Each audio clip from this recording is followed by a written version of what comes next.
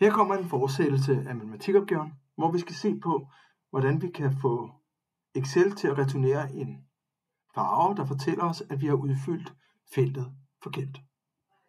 Lad os nu sige, at i det felt, vi er her, der kan vi jo få fra 0 til 2 point.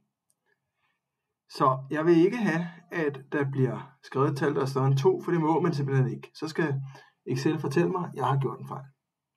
Så jeg går ind i betinget formatering, og så vælger jeg regler for fremhævning af celler, og vælger dem, der er større end. Her klikker jeg på feltet herover. Det låser jeg lige en gang ved hjælp af at fjerne det ene dollartegn. Det betyder, at når jeg kører henad, vil den blive ved med at bruge det samme felt, men når jeg kører nedad, vil den skifte til det næste. Jeg vælger også, at feltet skal blive rødt, når jeg laver en fejl. Jeg går ind og går her. Sådan. Jeg klikker på OK. Hvis jeg så skriver 0, 1 og 2, så burde der ikke ske noget andet end farven forsvinder, fordi feltet nu er udfyldt. Men hvis jeg skriver 3, skal der gerne være en fejl. Det var der også.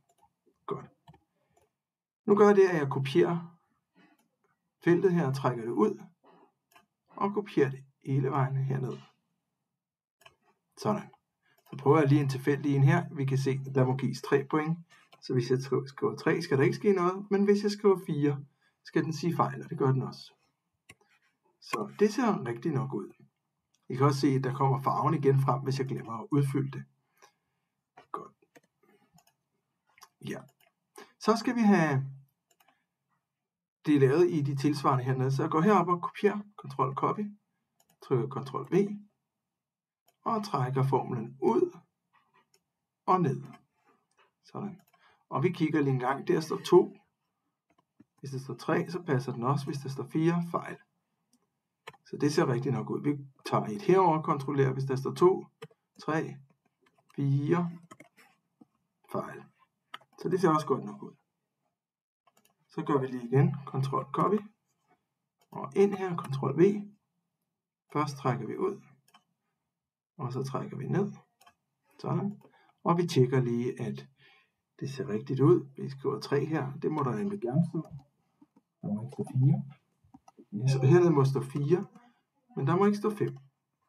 Ja, godt.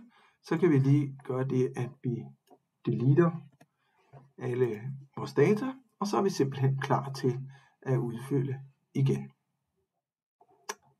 Det var et eksempel på, hvordan man får Excel til at fremhæve de felter, hvor i man laver en fejl.